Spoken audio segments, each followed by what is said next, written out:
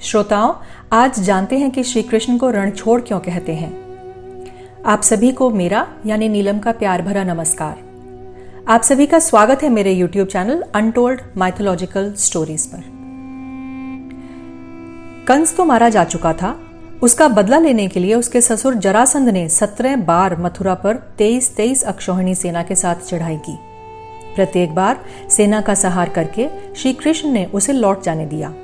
जब वह 18वीं बार चढ़ाई करने वाला था, तभी देवर्षि नारद के कहने से काले वन ने 3 करोड़ म्लेच्छ सेना लेकर मथुरा पर चढ़ाई कर दी। भगवान श्री कृष्ण की आज्ञा से विश्वकर्मा ने समुद्र में प्रकट हुए एक द्वीप में द्वारका नगर का निर्माण किया। भगवान श्री कृष्ण ने मथुरा वासियों को रात में सोते समय ही द्वारका पहुंचा दिया। इतना करके वे निशस्त्र तथा पैदल नगर द्वार से निकले और भागने लगे। उन्हें पैदल शस्त्रहीन भागते देखकर कालेवन भी शस्त्र छोड़कर रथ त्याग कर पैदल उनके पीछे उन्हें पकड़ने को दौड़ा।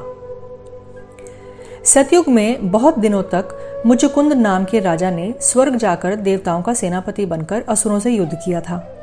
देवताओं ने मुचुकुंद से वरदान मांगने को कहा। देवता मोक्ष दे नहीं सकते थे, तो वर्षों के थके और जगे मुचुकुंद ने नींद का वरदान मांगा। देवताओं ने वरदान दिया कि जो आपको जगाएगा वह तुरंत भस्म हो जाएगा। मुचुकुंद पृथ्वी पर आकर एक गुफा में सो रहे थे।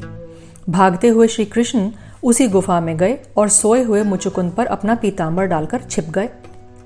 उनके पीछे दौड़ता कालेवन जब गुफा में आया, तब मुचुकुंद को श्री कृष्ण समझकर उसने ठोकर मारी। मुचुकुंद की नींद टूट गई। उनकी दृष्टि पड़ते ही कालेवन जलकर भस्म हो गया। इसके बाद भगवान श्री कृष्ण ने मुचुकुंद को दर्शन दिया। मुचुकुंद ने उनकी स्तुति की और उनकी आज्ञा से वे तप करने चले गए। कालेवन के भस्म हो जाने पर, मुचुकुंद के चले जाने पर कृष्ण जी गुफा से बाहर निकलकर मथुरा आ गए।